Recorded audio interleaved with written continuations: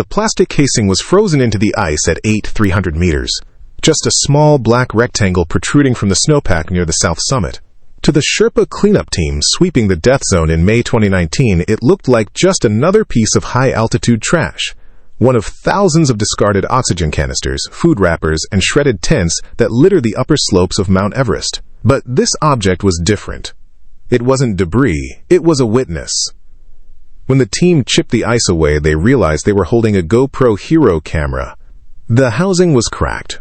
The mount had been sheared off by extreme force, and it had been subjected to 3 years of jet stream winds and temperatures plummeting to 40 degrees below zero. By all logic, the electronics inside should have been destroyed.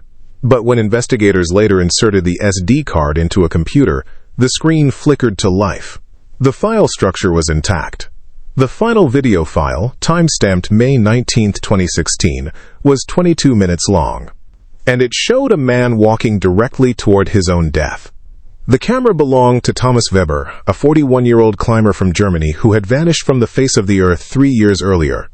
For 1,095 days, his family and the climbing community had been left with only theories about his final moments. The official report stated he had collapsed or fallen, but the details were contradictory. Some said he fell near the step, others said he was lost in a whiteout. The narrative had always been one of chaos and confusion. But the footage on the memory card told a different story. It didn't show a storm. It didn't show a chaotic rescue attempt. It showed silence. It showed Thomas Weber, completely alone, unclipped from the safety line, filming the sunrise over the Himalayas. It captured every heavy breath, every step of his boots on the crunching snow, and the terrifying, quiet isolation of a man who didn't realize he had walked away from his only chance of survival. The video runs for 22 minutes. It ends not with a fade to black, but with a sudden, violent shift in perspective, a rush of white, and then nothing. This recovered footage is one of the most haunting pieces of evidence ever retrieved from the death zone, because it documents the most dangerous thing that can happen to a climber: the subtle, quiet drift into a fatal error. There were no screaming winds in those final minutes. There was no panic.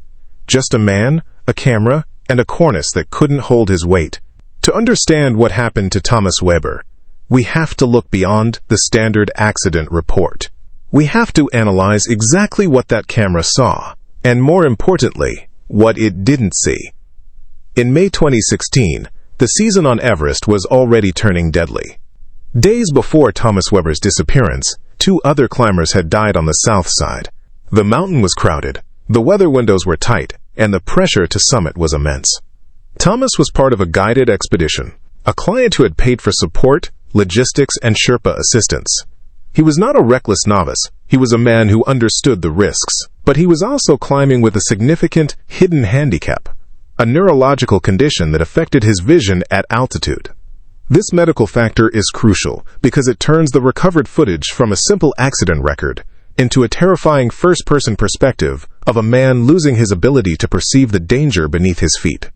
When the news broke in 2016 that Thomas was missing, the climbing world assumed the usual causes: exhaustion, hypoxia, or a technical error during the descent.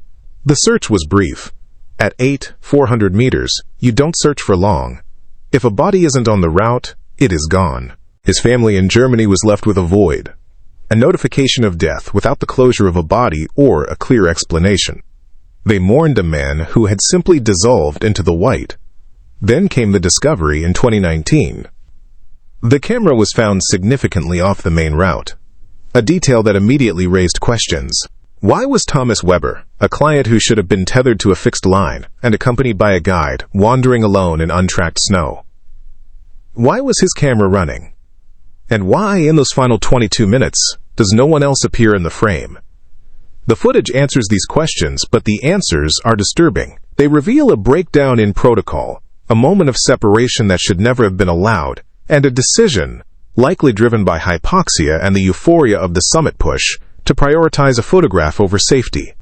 The video shows Thomas stepping off the packed trail. It shows him panning the camera across the horizon, capturing the curvature of the earth. It captures the sound of his regulator, the rhythmic hiss of oxygen that was keeping him alive, unaware that he was walking onto a cornice, a shelf of wind-blown snow hanging over a 3,000-meter drop, with nothing but air underneath it. Most disaster documentaries rely on recreation or testimony. In this case, we have the primary source. We have the last thing Thomas Weber ever saw.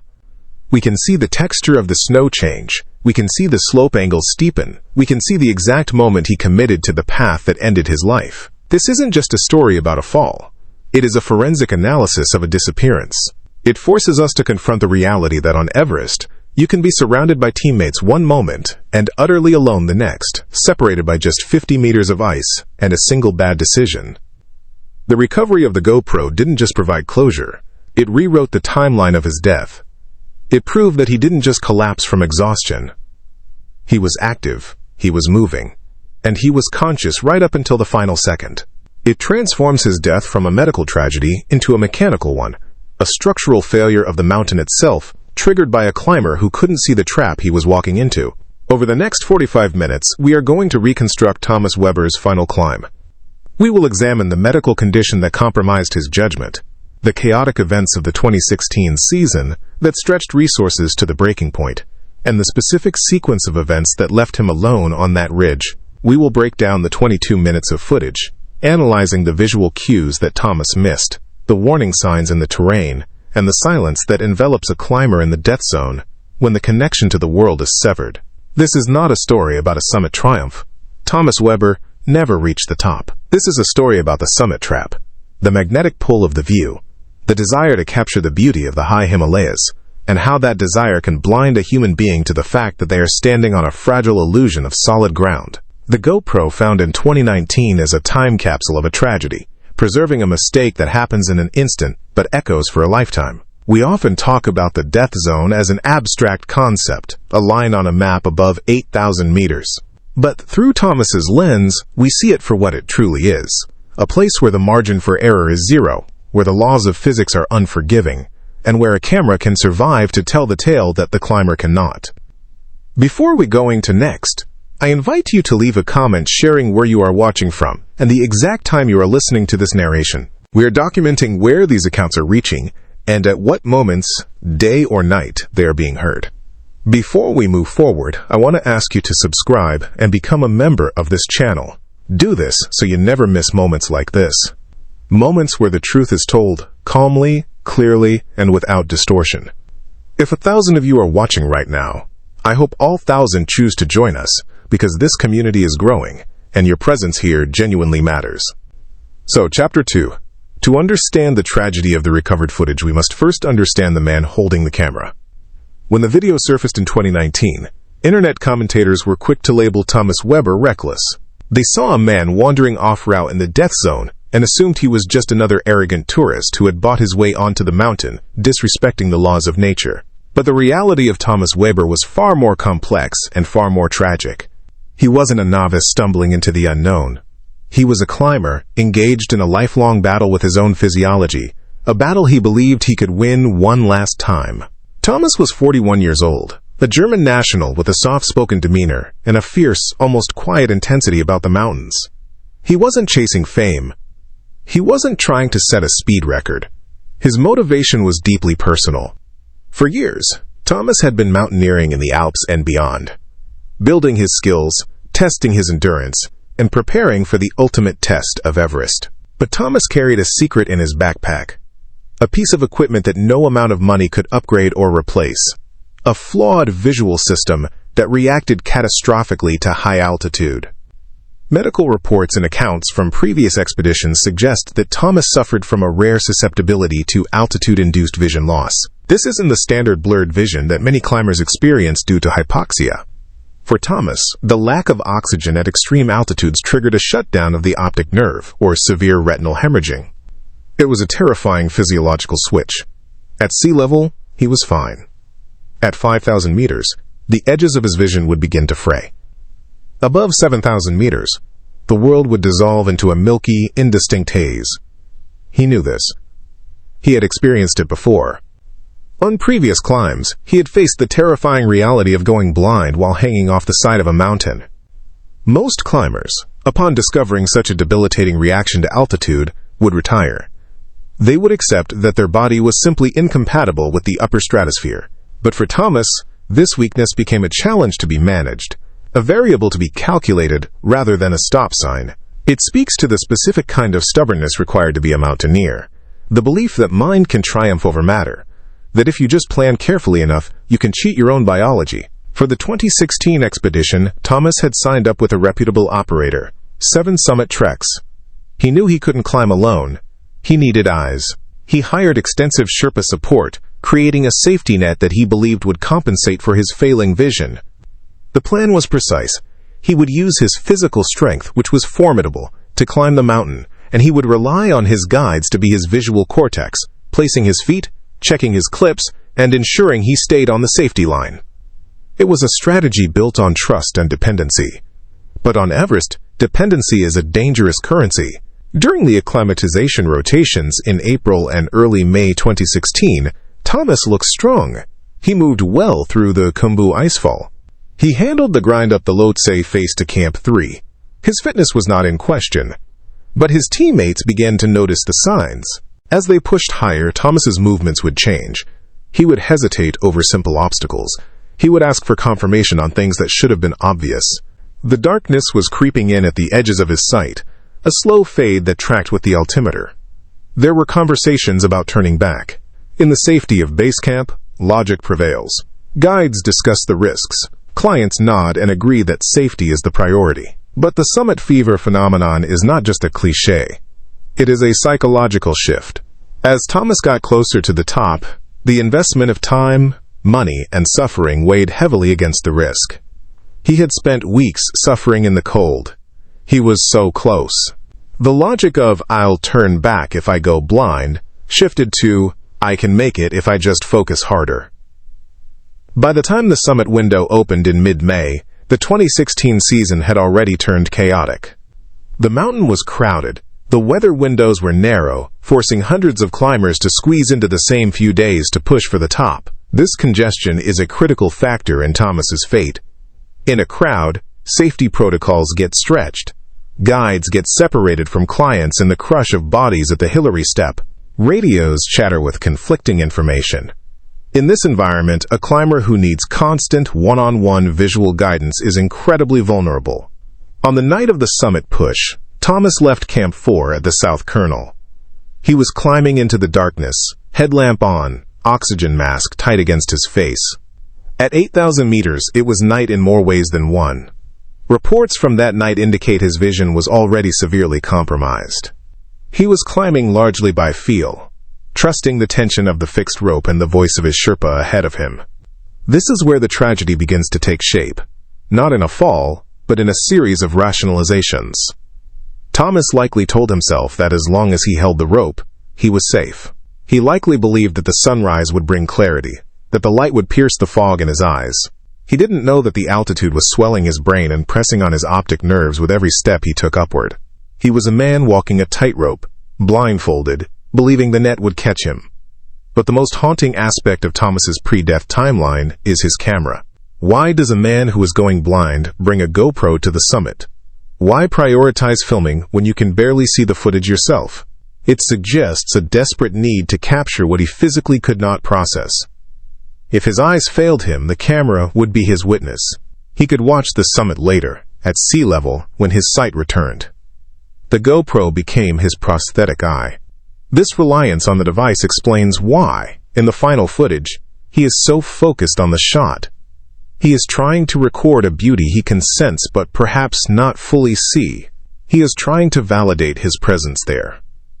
As they passed the balcony and approached the south summit, Thomas was slowing down. The blindness was almost total.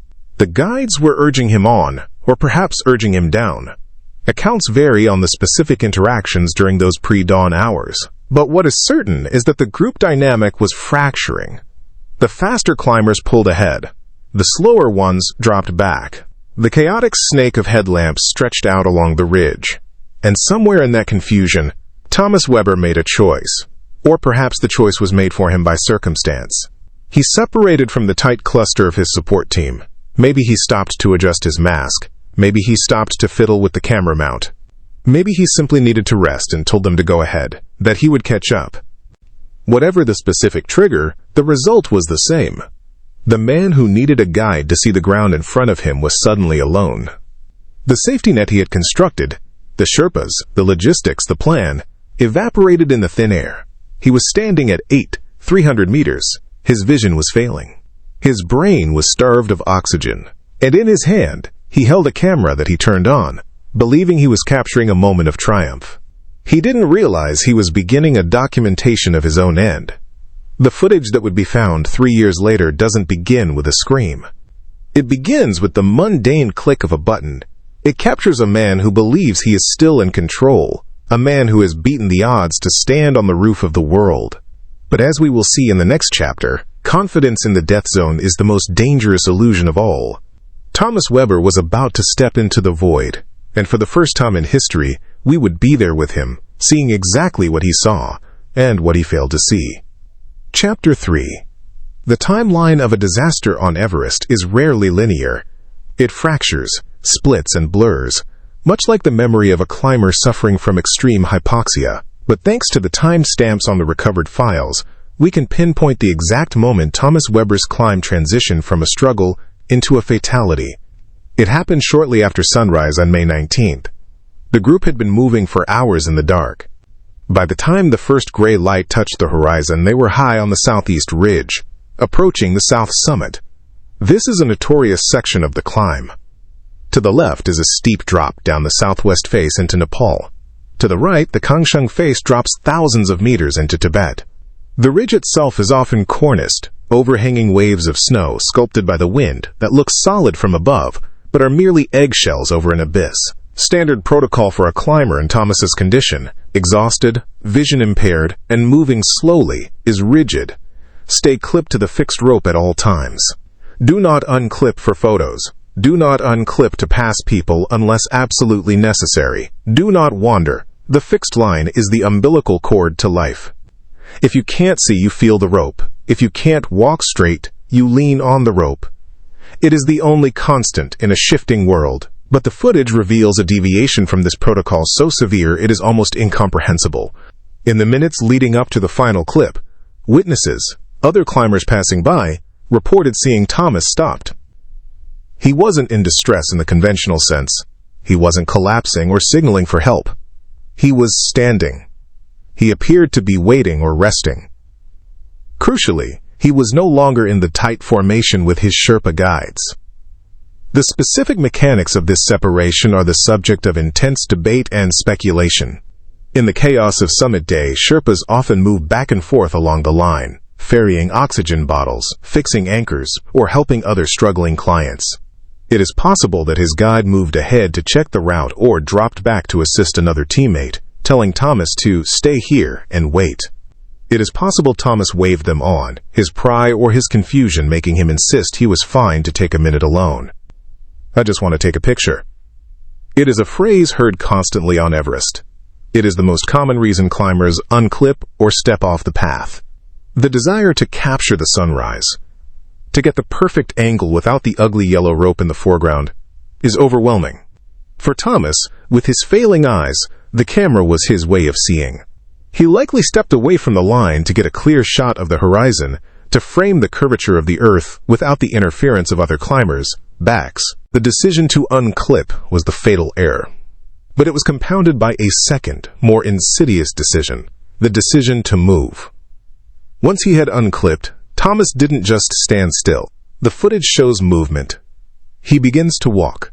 He isn't walking toward the summit. He is walking parallel to the ridge, perhaps looking for a better vantage point, perhaps disoriented and thinking he is rejoining the trail. In the flat light of dawn, without the contrast of shadows, snow looks like a single uniform white sheet. The definition between solid ground and cornice vanishes, especially for someone with compromised vision. He was now wandering in what climbers call no man's land, the few meters of untracked snow that buffer the safe route from the edge. It is haunting to consider his mental state in these minutes. The audio on the GoPro captures his breathing. It is labored, rhythmic, the sound of a man working hard to exist at 300 meters. But it is not panicked. There are no gasps of fear. He is calm. He believes he is safe. This calmness is a symptom of the hypoxia that was slowly shutting down his critical thinking faculties. He was in a state of euphoria, or perhaps apathy, where the danger was intellectual, but not visceral. He knew intellectually that cornices were dangerous, but physically, he felt the solid crunch of snow under his crampons, and assumed the next step would be the same. The separation from his guides was now physical and total. Even if they were only 50 meters away, shouting over the wind, he was deaf to them in his isolation. He was in his own private world, focused entirely on the small rectangle of the camera lens. This chapter of the story is about the breakdown of the team system. Guided expeditions sell the promise of safety, but they cannot sell guarantees. When a client unclips, the contract is voided. The guides cannot physically restrain a client every second of a 20-hour day. They rely on the client's instinct for self-preservation. Thomas's instinct had been hijacked by his desire to document the moment. The recovered footage shows him panning the camera. He captures the peaks of Lhotsos and Makalu piercing the clouds below. It is a stunning, majestic view. It is the view he paid tens of thousands of dollars to see. It is the view he risked his life for. And in a cruel irony, he is capturing it perfectly while failing to capture the one thing that matters. The fracture line in the snow just meters ahead of him. He takes a step. The camera bobs. He takes another. The crunch of the snow is loud in the microphone. He is moving away from the safety of the fixed ropes, drawn like a moth to the light of the open face. Why didn't anyone stop him? The reality of 8,000 meters is that every climber is fighting their own battle for survival. Passing climbers are focused on their next step, their own oxygen levels. They see a man standing off the trail filming, and they assume he knows what he is doing. They assume he is a guide, or a strong climber taking a break. They don't see the blindness. They don't know he has unclipped. In the death zone, there is a, quote, bystander effect, created by exhaustion. You don't intervene because you barely have the energy to save yourself. So Thomas walked alone. He was a ghost in the making, drifting further and further from the tether that bound him to the world of the living. The fatal decision wasn't just unclipping. It was the hubris of believing that he could navigate the most dangerous terrain on Earth without sight, without support, and without fear. The separation was complete. The guides were ahead or behind, out of frame. The rope was gone. The path was lost. Thomas Weber was now climbing a different mountain, one that existed only in his mind.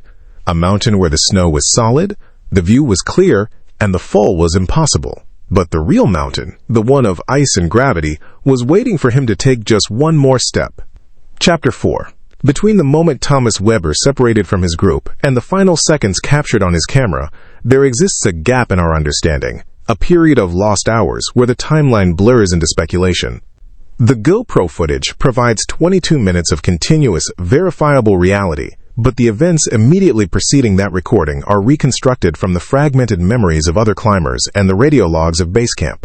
These lost hours are critical because they represent the window where rescue might still have been possible. They are the hours where confusion reigned, where radio calls went unanswered, and where the assumption that "he's just behind us" slowly curdled into the realization that he was gone. As the sun fully rose over the Himalayas, the main group of climbers from the 7 Summit Treks expedition reached the south summit and continued toward the Hillary Step.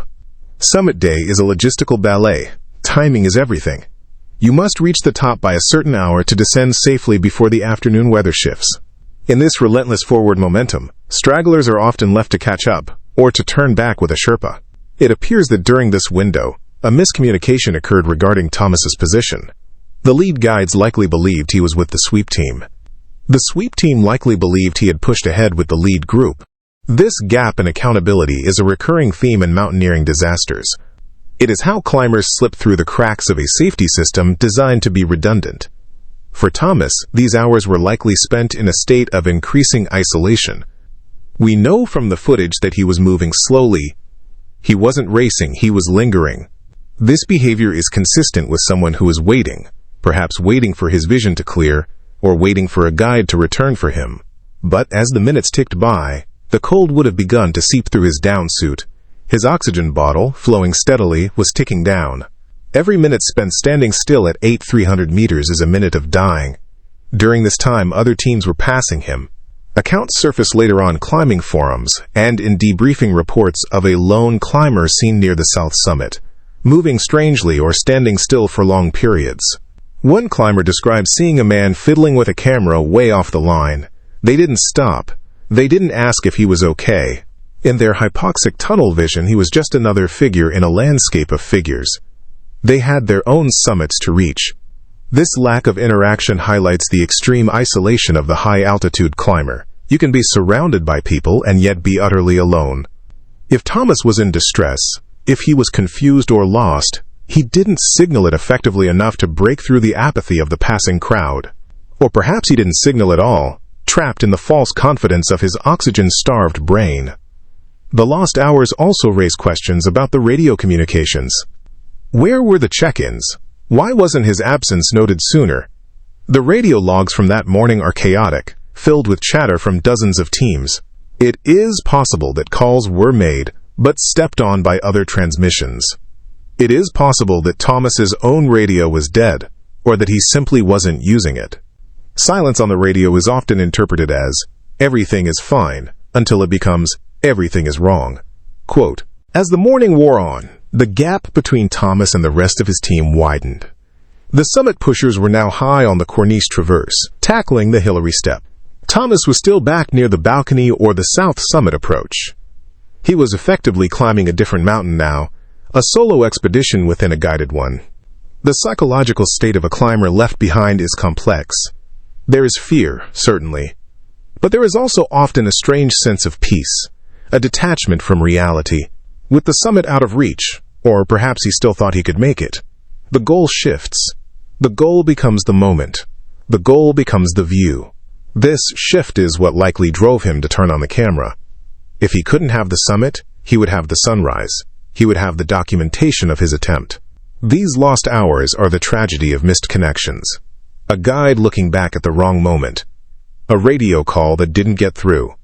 A passing climber who chose not to speak up. 1,000 small variables aligned to create a corridor of solitude for Thomas Weber. And in that corridor he made his final preparations.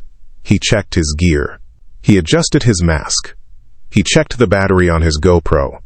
He was preparing to film his masterpiece. He didn't know that the stage he was stepping onto was collapsing. The transition from these lost hours to the recorded footage is seamless in reality, but jarring in hindsight. One moment he is a missing person, a question mark on a team roster. The next, he is the protagonist of a horror film, pressing record and stepping forward into the frame. The lost hours teach us that disasters don't happen in a vacuum. They happen in the gaps between protocols, in the silence between radio calls, and in the blind spots of human attention. Thomas Weber wasn't lost because the mountain hid him. He was lost because, for a few critical hours, the system stopped looking, and when the system looked back, all that remained was a set of footprints leading off the edge, and a camera buried in the ice. Chapter 5. The video begins with a shiver. The frame shakes as Thomas Weber fumbles with the button, his heavy mittens clumsy against the small camera body. Then, stability. The view settles. We are looking out from his chest, a first-person perspective of the roof of the world. The first thing you notice is the sound. It isn't the howling wind of Hollywood movies. It is a rhythmic, mechanical rasp, the sound of his own breathing amplified by the rubber seal of his oxygen mask. Hiss-clack, hiss-clack, asterisk. It is the soundtrack of survival. Behind it, a low, constant moan of the wind sweeping over the ridge. The image is breathtaking. The sun is low, casting long, bruised purple shadows across the valleys of Nepal. The curvature of the earth is visible, a bending horizon line that divides the black of space from the blue of the atmosphere. It is the view that kills. For the first few minutes, Thomas is stationary. He pans the camera slowly, almost methodically. He captures the boots of a climber passing in the distance, a small, colorful speck on the fixed line moving away from him. This is visual confirmation of his separation. He is not on the line. He is several meters to the right of the beaten path, standing in pristine, wind-sculpted snow. At minute 4, he begins to move. The camera lurches with each step. We can see his boots entering the bottom of the frame, yellow and black 8,000-meter boots, the standard uniform of the Everest climber. The snow conditions appear perfect. Hard-packed wind slab that crunches satisfyingly under his crampons. To the untrained eye, it looks like a sidewalk. To a mountaineer, the texture is terrifying. This is wind slab, snow that has been picked up by the jet stream and deposited on the lee side of the ridge. It is dense, cohesive, and completely unanchored. It forms cornices, cantilevered shelves that hang out over empty space. Walking on it feels solid right up until the moment it snaps. Thomas walks parallel to the ridge. He seems to be looking for something. A better angle, perhaps, or a way to rejoin the trail ahead. His breathing remains steady. There is no panic in his movements. He stops occasionally to catch his breath, the camera dipping as he rests his hands on his knees. In these pauses, the silence of the death zone is palpable. It is a vacuum of sound, a place where life is an intrusion. At minute 9, a critical detail emerges. Thomas lifts his hand to adjust his goggles. For a split second we see his glove is unzipped, the liner exposed. It is a small lapse in discipline, a sign of the hypoxia clouding his judgment. He doesn't fix it. He drops his hand and continues walking. The camera captures the terrain changing. The slope angle to his right steepens. The safe zone of flat ridge is narrowing. The fixed rope is visible in the distance. A thin yellow thread, but Thomas is drifting further away from it. He is captivated by the void to his right, the Kangshung face.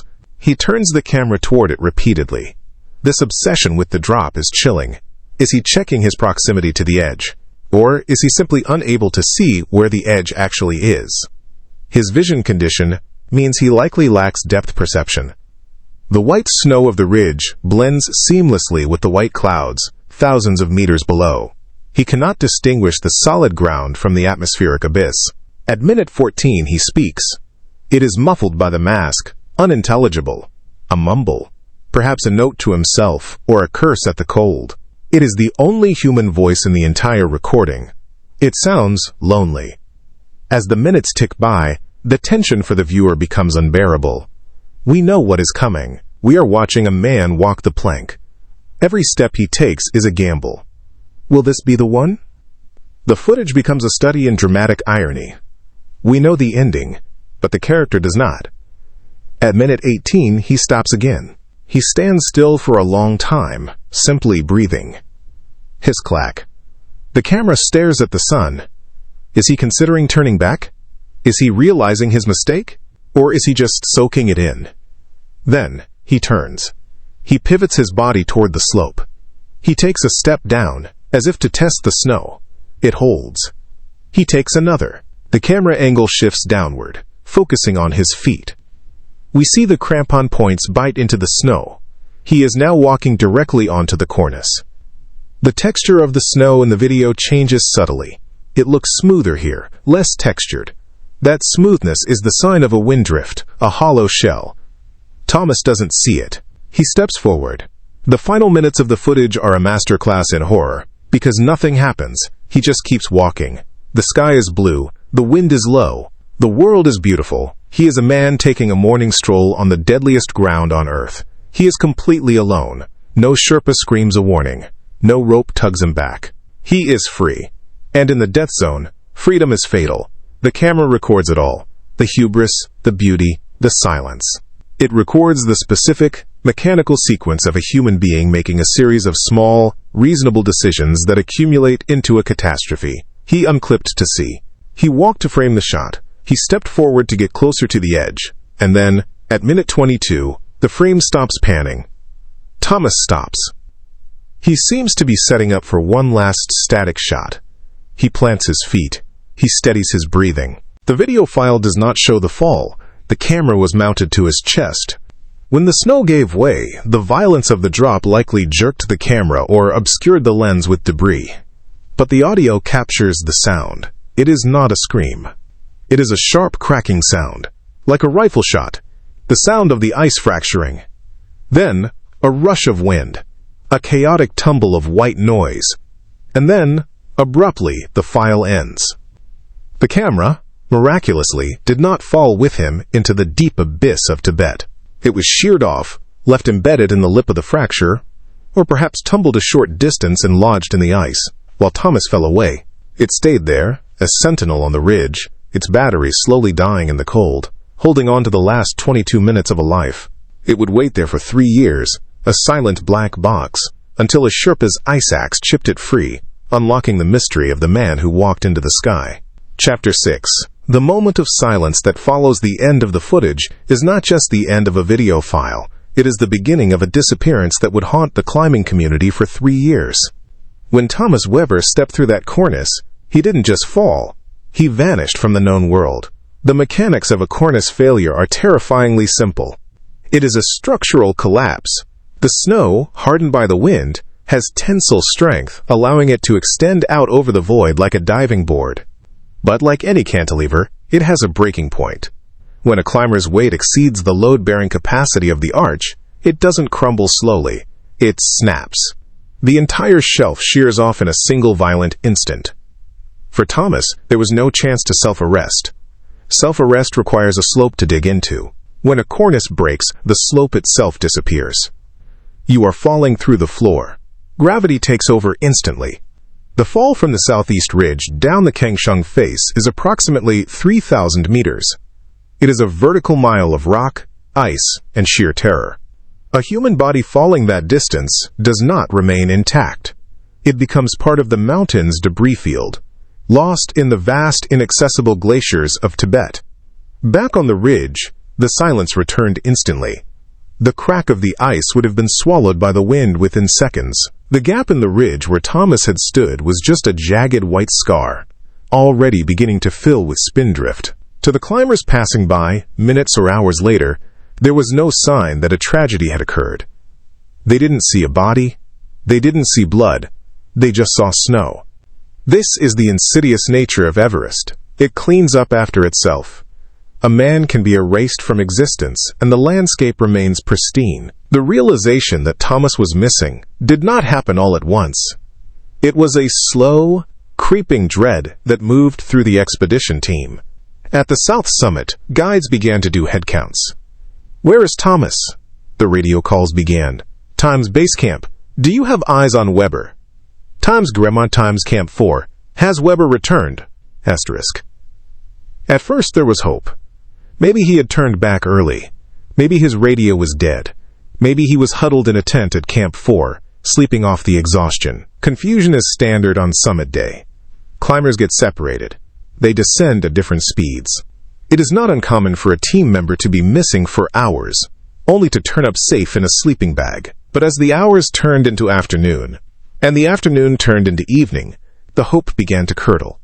The sweep team arrived at Camp 4. Thomas was not with them. The climbers who had summited descended, exhausted, their faces burned by the sun. They hadn't seen him. By nightfall on May 19th, the reality set in. Thomas Weber was not coming back. The search that followed was frantic, but futile. Sherpas went back up the ridge, scanning the slopes with binoculars. They looked for a splash of color, a down suit, a pack, against the white. But at 8,400 meters, you cannot search the Kangshung face. You cannot rappel down into Tibet. It is a death sentence to try. The official narrative began to form in the vacuum of evidence. Without a body, without a witness to the fall, the theories proliferated. Ansnaut stamat will das to siki ias. Ias will das to quota Kent. Manschnab's times. He must have gotten lost in the whiteout. Manschnab's times. Manschnab's times. Manschnab's times times. Manschnab's times times. Manschnab's times. Manschnab's times times dams times. Yes, ambiguity is torture for the families left behind. To be told your loved one is dead is one thing. To be told they simply disappeared is another. It leaves a door open. A tiny, irrational crack of hope that maybe, somehow, they are just lost. It denies the closure of a funeral. It denies the finality of a grave. For 3 years, Thomas Weber existed in this limbo. He was a ghost story on the mountain, a warning told in base camp tents. The blind man who walked away. Asterisk. But the mountain has a way of revealing its secrets. The ice moves. The glaciers flow. And sometimes, the jet stream scours the ridge, revealing what was hidden. In May 2019, the cleanup expedition was not looking for Thomas Weber. They were looking for trash. They were removing old ropes, empty canisters, the detritus of decades of commercial climbing. The discovery of the camera was a fluke, a 1 in a million chance. If that Sherpa had stepped 2 feet to the left, the camera would still be there. If the snow had been deeper that year, it would be buried. The recovery of the GoPro was the key that unlocked the silence. It turned the speculation into fact. It turned the missing person into a, quote, confirmed fatality. But more importantly, it gave Thomas back his final moments. It took him out of the realm of abstract tragedy and put him back on the ridge, breathing, walking, seeing. The silence of the cornice failure was broken by the digital testimony of the SD card. But the footage also brought a new kind of pain. It revealed that his death was not an unavoidable act of nature. It was not a sudden storm or an avalanche. It was a mistake. A preventable, walk-off-the-edge mistake. For the guides, for the expedition leaders, for his family, this truth is harder to swallow than a mystery. It implies culpability. It implies a failure of the system. Thomas Weber didn't have to die. He died because he was alone when he shouldn't have been. He died because he couldn't see the danger. He died because he wanted a picture. The cornice failure was the physical cause of death, but the silence that followed, the 3 years of not knowing, was the emotional toll. The recovery of the camera ended the silence, but it started the reckoning. Now we must look at what this digital legacy means. What does a 22-minute video of a man walking to his death teach us about the ethics of climbing, the responsibility of guides, and the allure of the summit? Thomas Weber is gone. His body will likely never be found, but his view, the view he died for, is now preserved forever. The silence of the mountain was captured, digitized, and brought back down to sea level, where it screams a warning to anyone who thinks they can conquer the void. Chapter 7. The SD card from Thomas Weber's GoPro traveled from the death zone to a desk in Kathmandu and finally to a family in Germany. It was a digital ghost, a packet of data that weighed nothing but carried the crushing weight of finality. When the footage was reviewed by investigators and later shared with the family, it did not provide comfort, it provided truth. And truth, in the context of mountaineering disasters, is often brutal. The video stripped away the comforting myths of dying doing what he loved or passing peacefully in his sleep. It showed a man who was active, engaged, and tragically mistaken right up until the end. The release of the details surrounding the footage, though the video itself remains largely private out of respect, sent shockwaves through the climbing community. It reignited the debate about the responsibilities of guided expeditions. If a client has a known disability, like Thomas's altitude-induced blindness, does the operator have a heightened duty of care? Can you ever truly guide someone who cannot see the danger for themselves? Critics argued that Thomas should never have been allowed to separate from his Sherpa. They pointed to the 22 minutes of solo footage as evidence of negligence. Where was the oversight? Where was the safety net? Defenders of the operators argued the harsh reality of 8,000 meters. Clients are ultimately autonomous. You cannot handcuff a climber to a guide. If a client chooses to unclip, if a client waves a guide away, they are assuming the risk. Thomas was an experienced mountaineer. He made a choice. The legacy of the found footage is not just in the blame game, but in the precedent it sets. We live in an era where every moment is documented. Action cameras are ubiquitous on Everest. This means that future tragedies will likely be recorded in high definition. We are moving from an era of oral history, survivors telling tales around campfires, to an era of digital forensics. We can now audit death. This shifts the psychological landscape of climbing. The mystery is dying. We can see the mistakes. We can hear the breathing. We can watch the altimeter tick down. It makes the tragedy more visceral, less romantic. It forces us to confront the grim mechanics of mortality. For Thomas's family, the camera was a double-edged sword. It confirmed he was gone. It confirmed he didn't suffer for hours in the cold. But it also showed them exactly how close he was to survival. One step back. One decision to keep the clip on. One moment of clarity. The margin between life and death was measured in pixels. The footage also serves as a grim educational tool. It is a case study in heuristic traps, mental shortcuts that lead to disaster. The trap of the familiarity heuristic. Thomas felt safe because he had climbed similar ridges before. The trap of the scarcity heuristic. The summit view was a rare commodity, so he risked everything to capture it. The trap of social proof. He saw others moving freely, so he assumed he could too. Thomas Weber's name is now etched on the memorial chortens near base camp, alongside hundreds of others. But his story is distinct. He is the man who left us a first-person perspective of the end. The final frame of the video, before the fall, before the cut to black, is a view of the horizon. It is beautiful. It is serene. It is the reason people climb. It captures the paradox of Everest perfectly. It is the most beautiful place on Earth, and it is a place that does not want you to exist. Thomas Weber wanted to capture that beauty. He succeeded. He paid for the image with his life. The recovered GoPro is now a piece of climbing history, a modern artifact of the death zone. It reminds us that technology can record the truth, but it cannot save us from it. It reminds us that on the razor's edge of the world, we are all just one step away from the silence. Thomas Weber walked into that silence. And 3 years later, he sent a message back. The message is simple. The mountain is watching. And it remembers everything. We can analyze the pixels, debate the protocols, and mourn the loss. But the wind on the southeast ridge still blows. The cornice still builds, waiting for the next climber to trust it. The cycle continues. Thomas Weber is part of the mountain now, but thanks to a small black box found in the ice, his final 22 minutes belong to us. They are a warning, they are a tragedy, and they are the most honest minutes of mountaineering ever recorded. As you sit here, safe at sea level, watching the story unfold, remember that somewhere in the high Himalayas, the snow is shifting, the view is breathtaking, and the drop is waiting. This is the reality of the death zone.